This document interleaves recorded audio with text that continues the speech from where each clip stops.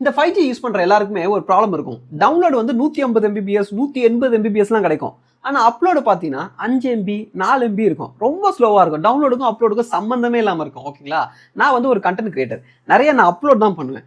ஆனா எனக்கு இந்த அப்லோட் வந்து இவ்வளோ ஸ்லோவா இருக்கனால கடுப்பு ஏறும். ஓகேங்களா? அதனால நான் என்ன பண்ணேன், ஒரு 4G சிம் வாங்கினேன். வாங்கிட்டு அதோட ஸ்பீடை செக் பண்ணி பார்த்தேன். அதுல டவுன்லோட் வந்து 60 MBPS வருது. ஆனா அப்லோடு பார்த்தீங்கன்னா 24 MBPS கிடைக்குது எனக்கு. அதாவது பாதிக்கு பாதி கிட்டத்தட்ட டவுன்லோடுக்கும் அப்லோடுக்கும் எனக்கு ஸ்பீட் கிடைக்குது. சொல்லப்போனால் என் 5Gல நான் அப்லோட் பண்ணுறத விட நான் 4Gல அப்லோட் பண்ணும்போது என் வீடியோ சீக்கிரமாகவே யூடியூப்லையும் இன்ஸ்டாகிராம்லையும் அப்லோட் ஆயிடுது. இது பின்னாடி என்னடா ரீசன் சொல்லிட்டு நான் ரிசர்ச் பண்ணி பார்த்தேன். அப்போ ஒரு செம்மையான சயின்டிஃபிக் பேக்ரவுண்ட் இதுக்கு இருக்கு. அது என்னன்னா எலக்ட்ரோ மேக்னெட்டிக் ஸ்பெக்ட்ரம். ஃபர்ஸ்ட் சயின்ஸோட பேசிக்ஸை நம்ம கிளியர் பண்ணிடுவோம். எலக்ட்ரோ மேக்னெட்டிக் ஸ்பெக்ட்ரம் அப்படின்ற ஒரு விஷயத்தை வச்சு தான் இந்த ஃபோனோட சிக்னல்ஸ் ஒர்க் ஆகுது. இந்த எலக்ட்ரோ மேக்னெட்டிக் ஸ்பெக்ட்ரம்னா என்ன? பிரபஞ்சத்தோட ரொம்ப பேசிக்கான பொருள் ஒரு ஆட்டம் எடுத்துப்போம். ஒரு ஆட்டம் வந்து ஹையர் எனர்ஜி ஸ்டேட்லேருந்து லோயர் எனர்ஜி ஸ்டேட்டுக்கு மூவ் ஆகும். அதுலேருந்து ஒரு எனர்ஜி ரிலீஸ் பண்ணும். ஓகேங்களா? அதாவது ஒரு ஆட்டமில் நிறைய எனர்ஜி இருக்கு. அந்த ஆட்டம் வந்து ஏதோ ஒரு ரீசனால அதில் இருக்க எனர்ஜியை வெளியே லீக் பண்ணும். அந்த ரீசனை வந்து வேற ஒரு வீடியோவில் பார்க்கலாம், ஏன் லீக் பண்ணுறதுலாம். பட் லீக் பண்ணும். அப்படி லீக் பண்ணும்போது உருவாகிறது தான் எலக்ட்ரோ மேக்னெட்டிக் வேவ். இந்த எலக்ட்ரோ மேக்னெட்டிக் வேவ் எந்த ஆட்டம்லேருந்து எவ்வளோ வீரியமாக ரிலீஸ் ஆகுதுன்றதை பொறுத்து அதில் வந்து நிறைய வேரியேஷன்ஸ் இருக்குது. அதிக பவரில் இருக்க எலக்ட்ரோ மேக்னெட்டிக் வேவ்ஸ்லாம் வந்து ஃப்ரீக்வன்சி அதிகமாக இருக்கும். ஃப்ரீக்வன்சி ஒன்றும் இல்லைங்க, திருப்பி திருப்பி நடக்கிறது. இந்த எலக்ட்ரோ மேக்னெட்டிக் வேவ்லாம் வந்து வேவ்னு சொன்னல, வேவ்னு என்ன ஆகும், இப்படி இப்படி இப்படின்னு ஃபார்ம் ஆகும்ல. ஸோ இது மாதிரி வந்து திருப்பி திருப்பி ஆகிறத நம்ம வந்து ஃப்ரீக்வன்சின்னு சொல்லுவோம். ஆனால் அந்த ஃப்ரீக்வன்சி ஒரு செகண்டுக்கு எவ்வளோ வாட்டி நடக்குதுன்றதை பொறுத்து அந்த எலக்ட்ரோ மேக்னெட்டிக் வேவுக்கு எவ்வளோ எனர்ஜி இருக்குன்றத சொல்லுவாங்க. ரொம்ப இப்போ ஒரு ஆட்டம் வந்து ஹையர் எனர்ஜி ரிலீஸ் பண்ணுச்சுன்னா அதோட ஃப்ரீக்வன்சி அந்த வேவோட ஃப்ரீக்வன்சி ரொம்ப அதிகமாக இருக்கும். இதுவே அந்த ஆட்டம் வந்து ஃப்ரீக்வன்சி கம்மியான எனர்ஜி ரிலீஸ் பண்ணுச்சுன்னா அந்த வேவுக்கு வந்து எனர்ஜி கம்மியாக இருக்கும். அப்போ அதுக்கு ஃப்ரீக்வன்சியும் கம்மியாக இருக்கும். ஓகேங்களா? இதுதான் வந்து எலக்ட்ரோ மேக்னெட்டிக் வேவ். அண்ட் இந்த எலக்ட்ரோ மேக்னெட்டிக் வேவ்ல இவ்வளோ ஃப்ரீக்வன்சி டிஃபரன்ஸ் இருக்கு இல்லையா? இதுதான் வந்து எலக்ட்ரோ மேக்னெட்டிக் ஸ்பெக்ட்ரம் அப்படின்னு சொல்லுவாங்க. பட் இந்த எலக்ட்ரோ மேக்னெட்டிக் வேவை நம்ம எங்கே பார்க்க முடியும்? நம்மளை சுற்றி எல்லா சமயத்துலையுமே இந்த electro magnetic wave and electro magnetic spectrum இருக்குது. ஃபார் எக்ஸாம்பிள், இந்த ரூமில் இருக்க லைட்டுமே வந்து ஒரு எலக்ட்ரோ மேக்னெட்டிக் வேவ் தான். லைட்ன்றது எப்படி ப்ரொடியூஸ் ஆகுது தெரியுமா? இப்போ குண்டு பல்பில் நம்ம கரண்ட் கொடுக்குறோம், அதுல இருந்து எப்படி லைட் வருதுன்னா, அந்த குண்டு பல்புக்குள்ள இருக்க டங்ஸ்டன்ற அந்த ஒயர் இருக்கு இல்லையா, அதுக்குள்ள இருக்க டங்ஸ்டன் ஆட்டம்ஸ் வந்து கரண்ட் உள்ள போகும்போது அதுல இருந்து எனர்ஜி ரிலீஸ் பண்ணுது. அந்த எனர்ஜி தான் நம்மளுக்கு லைட்டாக தெரியுது. ஓகேங்களா? இப்போ இந்த ரூம்ல இருக்க இந்த ஸ்டூடியோ லைட்ஸுமே அதே போல தான். அது மட்டும் தான் எலக்ட்ரோ மேக்னெட்டிக் வேவ்னு கேட்டால் கிடையாது. எலக்ட்ரோ மேக்னெட்டிக் வேவ்ன்றது நம்ம லைஃப்ல எல்லா இடத்துலையுமே இருக்கு. இப்போ நீங்க அடிபட்டு ஹாஸ்பிட்டல் போறீங்க, அங்க உங்களுக்கு எக்ஸ்ரே எடுக்கிறாங்களா, அந்த எக்ஸ்ரேன்றது ஒரு எலக்ட்ரோ மேக்னெட்டிக் வேவ். நம்ம நியூக்ளியர் ஆக்டில் எனர்ஜி ப்ரொடியூஸ் பண்ணுது, பாம்பு போட யூஸ் பண்ணுறோம். அந்த நியூக்ளியர் எனர்ஜிக்கெலாம் வந்து என்ன வேவ் யூஸ் பண்ணுறாங்க பார்த்தீங்கன்னா, காமா வேவ்னு ஒன்று யூஸ் பண்ணுவாங்க. அந்த காமா வேவுமே எலக்ட்ரோ மேக்னெட்டிக் வேவ் தான். இப்போ நம்மளுக்கு பசிக்குது, மைக்ரோவேவ் யூஸ் பண்ணலாம்னு நம்ம சொல்கிறோம். ஓகேங்களா? சாப்பாடு சூடு பண்ண அந்த மைக்ரோவேவ்க்குள்ளே இருக்கிற ஒரு வேவ் இருக்குல்ல, அது பேர் மைக்ரோவேவ். அந்த வேவுமே ஒரு எலக்ட்ரோ மேக்னெட்டிக் வேவ் தான். ஏன் இப்போ இந்த ஃபோன் பேசலாம் நம்ம யூஸ் பண்ணுறோம் பார்த்தீங்களா, அதுக்கு ஒரு வேவ் யூஸ் ஆகுது பார்த்தீங்களா, அந்த வேவ் பேர் ரேடியோ வேவ். இந்த வேவுமே எலக்ட்ரோ மேக்னெட்டிக் வேவ் தான். எல்லா வேவுமே ஆக்சுவலாக ஒன்று தான், எலக்ட்ரோ மேக்னெட்டிக் வேவ் தான். ஒரு ஆட்டம் வந்து வெளியே வந்த ஒரு வேவ் தான். பட் ஏன் இந்த விஷயங்களுக்குலாம் இவ்வளோ தன்மைகள் மாறுதுன்னா, ஒரு விஷயம் நம்மளுக்கு ஒளியை தருது, ஒரு விஷயம் நம்ம உயிரை எடுக்குது, ஒரு விஷயம் நம்ம உயிரை காப்பாது. ஏன் இந்த தன்மை மாறுதுன்னா, அதோட ஃப்ரீக்வன்சிஸ் வேற வேற. நம்ம லைட்டோட ஃப்ரீக்வன்சி என்ன பார்த்தீங்கன்னா, ஒரு 450லேருந்து ஒரு 500 டெராஹெர்ட்ஸ் இருக்கும். ஓகேங்களா? இப்போ காமா ரேலாம் பார்த்தீங்கன்னா, அது நம்ம லைட்டை விட பல மடங்கு இன்னும் அதிகமான ஃப்ரீக்வன்சியில் இருக்கும். ஸோ ஃப்ரீக்வன்சி ஏற ஏற அதுக்கு எனர்ஜி அதிகமாகும்.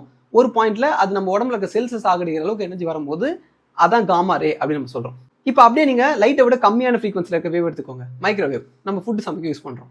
இந்த ஃபோன்ல இருக்க யூஸ் பண்றது வந்து ரேடியோ வேவ். இருக்குல்லையே ரொம்ப லோயஸ்ட் ஃப்ரீக்வன்சி இருக்கிற லோயஸ்ட் எனர்ஜி இருக்கிற வேவ்ஸ் தான் ஃபோனோட சிக்னல்ஸ் நம்ம யூஸ் பண்றோம். ஏன்னா அதனால நம்ம காதில் வச்சு பேசினாலும் எங்கே வச்சு பேசினாலும் நம்மளுக்கு உடம்புக்கு எதுவுமே ஆகாமல் இருக்குது. ஏன்னா அது யூஸ் பண்ணுற வேவ் வந்து இருக்குல்லையே ரொம்ப லோயஸ்ட் ஃப்ரீக்வன்சி வேவ். அதனால் அகைன் இன்னொரு சயின்டிஃபிக் மித்தை நான் கிளாரிஃபை பண்ணிடுறேன். ஃபோனோட சிக்னல்ஸ் வந்து நம்ம உடம்பு கேன்சர் உருவாக்கணும் ஒரு வதந்தி போயிட்டுருக்கு. அதெல்லாம் நடக்காது. ஓகேங்களா? இன்னும் டீட்டெயிலாக அதை பற்றி தெரிஞ்சுக்கணும், அதுக்கே நான் ஒரு வீடியோ போட்டிருக்கேன், கீழே லிங்க் பண்ணுறேன், இப்போ செக் பண்ணி பாருங்கள். இப்போ இந்த ரேடியோ வேவ் எடுத்திங்கன்னா அதுக்குள்ளேயே வந்து நிறைய வேரியேஷன்ஸ் இருக்குது. ஏன்னா ரேடியோ வேவ்ன்றது கரெக்டாக ஒரு ஃப்ரீக்வன்சி கிடையாது, ஒரு குரூப் ஆஃப் ஃப்ரீக்வன்சி சேர்த்து வச்சு தான் அது இதெல்லாம் இந்த அளவு இருக்கிறது வந்து ரேடியோ வேவ். இதை விட்டு தாண்டி போனால் அது மைக்ரோவேவ் அப்படின்னு வந்து சயின்டிஸ்ட்லாம் குரூப் பண்ணியிருக்காங்க. ஓகேங்களா? இப்போ நம்ம ஃபோன்ஸ் எல்லாமே ரேடியோ வேவ் தான் யூஸ் பண்ணுது. ஆனால் எல்லா டெக்னாலஜியும் ஒரே வகையான ரேடியோ வேவ் யூஸ் பண்ணாது. இப்போ 4G எடுத்துக்கோங்களேன். 4G வந்து என்ன வகையான ரேடியோ வேவ் யூஸ் பண்ணுதுன்னா 6 GHz அப்படின்ற ஃப்ரீக்வன்சியில் இருக்க ரேடியோ வேவ் தான் நம்மளோட 4G நெட்வொர்க்கு டேட்டாலாம் யூஸ் பண்ணுது. ஆனால் இதுவே இந்த 5G சிம்லாம் வந்து 24 GHz அப்படின்ற ஃப்ரீக்வன்சியில் இருக்கிற வேவை யூஸ் பண்ணுது. இப்போ உங்களுக்கு புரிஞ்சிருக்கும் ஏன் 4Gக்கும் 5Gக்கும் ஸ்பீட் டிஃப்ரென்ஸ் பயங்கரமாக இருக்குன்னு சொல்லிட்டு. ஸோ ஃப்ரீக்வன்சி அதிகமாச்சுன்னா ஸ்பீடும் அதிகமாகும். இப்போ பிரச்சனை என்னன்னா, ஏன் வந்து என்னுடைய டவுன்லோட் ஸ்பீடு அதிகமாக இருக்குது, அப்லோட் ஸ்பீடு 5Gல ரொம்ப ரொம்ப மட்டமாக இருக்குது. அதுக்கு பின்னாடி 2 கான்செப்ட் இருக்குது. அது என்னன்னா ஃப்ரீக்வன்சி டிஸ்ட்ரிபியூஷன், டைம் டிஸ்ட்ரிபியூஷன் அப்படின்னு சொல்லிட்டு. இப்போது இந்த 4G நெட்டு, அதுக்கு முன்னாடி இந்த 3G, அதுக்கு முன்னாடி இந்த 2G எல்லாம் நம்ம பில் பண்ணும்போது இந்த ஃப்ரீக்வன்சிலாம் வந்து பெருசாக டிமாண்டில் இல்லை, ஓகேங்களா. ஆனால் 5G நம்ம பில் பண்ணும்போது கரண்ட்டாக இப்போ வந்து ஃப்ரீக்வன்சி ரொம்ப ரொம்ப டிமாண்டில் இருக்குது. ஃப்ரீக்வன்சி டிமாண்ட்னா என்ன? ரொம்ப சிம்பிள். இப்போ 4G வந்து 6 GHz அப்படின்ற ஃப்ரீக்வன்சி நான் யூஸ் பண்ண சொன்னேன் பார்த்தீங்களா, அது எக்ஸாக்டாக 6 கிடையாது. 6லேருந்து ஒரு ரேஞ்சில் 4G வந்து நெட் ஒர்க் ஆகும்.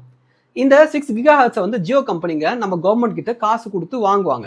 அது அவங்களுக்காக மட்டும்தான் அப்படின்னு சொல்லிட்டு வேற கம்பெனிங்க அதை யூஸ் பண்ண முடியாது. எப்படி நம்ம வந்து தியேட்டரில் ப்ரீ புக்கிங் பண்ணி ஒரு சீட்டை பிளாக் பண்ணி வைக்கிறோமோ, யார் வந்தாலும் அதில் நம்ம தான் போய் உட்காருவோமோ, அதே போல் இந்த ஃப்ரீக்வன்சி எனக்கு மட்டும் தான், நான் வந்து அந்த ஃப்ரீக்வன்சி யூஸ் பண்ணிப்பேன் அப்படின்னு சொல்லி இந்த கம்பெனிங்களாம் வந்து கவர்மெண்ட்டில் காசு கொடுத்து அந்த ஃப்ரீக்வன்சியை பிளாக் பண்ணி வச்சுப்பாங்க. அந்த மாதிரி 2G டைமில் ஒரு சில ஃப்ரீக்வன்சிஸை சில கம்பெனிங்க, சில டெலிஃபோன் கம்பெனிங்க பிளாக் பண்ணுறதுக்கு கவர்மெண்ட் கிட்ட கொஞ்சம் காசு எக்ஸ்ட்ரா பிளாக்லையும் ஒயிட்லையும் கொடுத்து நடந்த பிரச்சனை தான் அந்த 2G ஸ்பெக்ட்ரம். காற்றலையை வந்து வித்து ஊழல் பண்ணுறதெல்லாம் அதனால தான் நடந்துச்சு, ஓகேங்களா. ஸோ இதான் பேசிக்காக அதுக்கு முன்னாடி இருக்க அந்த பாலிட்டிக்கல் ரீசன். 1G 2G டைம்லலாம் டிமாண்ட் ரொம்ப கம்மி, ஓகேங்களா. ஏன்னா அப்போ தான் வந்து இந்த டெலிஃபோன் நெட்ஒர்க்கே வந்து எவால்வ் ஆகிட்டு இருந்துச்சு. அதனால எல்லாருக்குமே ஈஸியாக ஃப்ரீக்வன்சிஸ் கிடச்சிது. ஸோ அதனால் அப்போ அவங்க என்ன பண்ணாங்கன்னா அப்லோடுக்கும் டவுன்லோடுக்கும் ரெண்டு ஃப்ரீக்வன்சி வாங்கி யூஸ் பண்ணாங்க, ஓகேங்களா. அதான் வந்து டூவல் ஃப்ரீக்வன்சின்னு சொல்லுவாங்க. ஸோ அப்லோடுக்கு ஒரு பர்டிகுலர் ஃப்ரீக்வன்சி யூஸ் பண்ணாங்க. ஃபார் எக்ஸாம்பிள் 6 GHz வச்சுக்கோங்களேன். டவுன்லோடுக்கு 7 GHz யூஸ் பண்ணாங்க. நான் எக்ஸாம்பிள் சொல்கிறேன். ஸோ இந்த மாதிரி அப்லோடுக்கும் டவுன்லோடுக்கும் வேறு ஃப்ரீக்வன்சி யூஸ் பண்ணுறதுனால ரெண்டுத்தோட ஸ்பீடுமே நல்லா இருந்துச்சு. அது அந்த டைமில் 1G 2G 3Gலாம் ரொம்ப ஈஸியாக இருந்துச்சு. டிமாண்ட் கம்மியாக இருந்ததுனால எல்லா கம்பெனிகளும் ரெண்டு ஃப்ரீக்வன்சியை வாங்கி வச்சுக்கிட்டு அப்லோடுக்கு ஒரு ஃப்ரீக்வன்சி, டவுன்லோடுக்கு ஒரு ஃப்ரீக்வன்சி யூஸ் பண்ணிட்டு இருந்தாங்க. ஆனால் இப்போ நம்ம 2025 இருக்கும், 5G காலம். இந்த டைமில் ஃப்ரீக்வன்சிஸ் எல்லாமே ரொம்ப லிமிட்டட் ஆயிடுச்சு. அதுவும் 5Gக்கு வந்து சாதா ஃப்ரீக்வன்சி இருக்கக்கூடாது, ரொம்ப ஹைப்பர் ஃப்ரீக்வன்சி இருக்கணும். இந்த ஹை பவர் ரேடியோ ஃப்ரீக்வன்சி வந்து ரொம்ப ரொம்ப கம்மி, ஓகேங்களா. அதனால இப்போ ஜியோவோ இல்லை ஏர்டெலோ வந்து அதை போய் வாங்கணும்னு நினைக்கும் போது ரெண்டு ஃப்ரீக்வன்சிலாம் கவர்மெண்ட் தர முடியாதுன்னு சொல்லிட்டாங்க. ஏன்னா ஆல்ரெடி ரொம்ப லிமிட்டடாக இருக்குது. நீங்கள் எல்லாருக்கும் ரெண்டு ஃப்ரீக்வன்சி நான் ஹை ரேடியோ வேவ் ஃப்ரீக்வன்சி கொடுத்தேன்னா அது வந்து கட்டுப்படி ஆகாது. அதனால் எல்லா கம்பெனிக்கும் ஒரு ஹை ரேடியோ வேவ் ஃப்ரீக்வன்சி தான் அப்படின்னு சொல்லிட்டு ஒரு ரூல் கொண்டு வந்துட்டாங்க. இதனால ஜியோ அந்த இந்த எல்லா கம்பெனிலும் என்ன பண்ணாங்கன்னா டவுன்லோடு அப்லோட் ரெண்டுக்குமே வந்து வேறு ஃப்ரீக்வன்சி யூஸ் பண்ணுறது பதிலாக எல்லாத்தையுமே ஒரே ஃப்ரீக்வன்சியில் கொண்டு வந்துட்டாங்க. இப்போ அப்லோடு டவுன்லோடு ரெண்டுமே ஒரே ஃப்ரீக்வன்சியில் நடக்குது. அப்போது இந்த ஃப்ரீக்வன்சியை இந்த ரெண்டும் பிரிச்சுக்கணும், ஓகேங்களா. அப்போ தான் வந்து அப்லோட் ஸ்பீடு டவுன்லோட் ஸ்பீடில் நமக்கு நல்லா இருக்கும். இந்த சிம் நெட்வொர்க்குங்க வந்து நம்ம ஹியூமன்ஸோடைய சைக்காலஜியை வந்து கொஞ்சம் யூஸ் பண்ணாங்க. மோஸ்ட்லி 90% ஆஃப் த பீப்புள் வந்து கண்டென்ட்டை பார்க்க தான் செய்ய போகிறாங்க, ஓகேங்களா. வீடியோ பார்க்குறது, கேம் ஆடுறது, யூடியூப், இன்ஸ்டாகிராம் பார்க்குறதுன்னு சொல்லிட்டு. ஸோ மக்கள் ஜனத்தொகையில் ஒரு 100 பேர் எடுத்திங்கன்னா அதில் 90 பேர் நிறைய டவுன்லோடு தான் பண்ணுவாங்க அப்லோடை விட. அப்லோட் ரொம்ப ரொம்ப ரொம்ப கம்மி. இந்த ஃப்ரீக்வன்சியை 50% அப்லோடுக்கும் 50% டவுன்லோடுக்கும் கொடுத்துருந்தா ரெண்டுமே ஈக்குவல் ஸ்பீடில் ரெண்டு போயிடும்.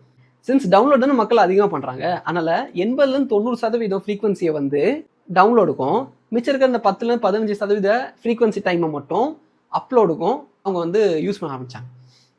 அண்ட் அதன் விளைவாக தான் நம்மளுடைய 5G ஃபோனுடைய இந்த ஸ்பீடு வந்து அப்லோடில் ரொம்ப மட்டமாகவும் டவுன்லோடில் சம பயங்கரமாகவும் இருக்குது. அண்ட் இதுக்கு பின்னாடி இவ்வளோ பெரிய சயின்டிஃபிக் எக்ஸ்பிளேஷன் இருக்குது. அண்ட் இது போல் இன்ட்ரெஸ்டிங்கான வீடியோஸ்க்கு நம்ம சேனலை மறக்காம ஃபாலோ பண்ணி லைக் பண்ணுங்கள். தேங்க்யூ.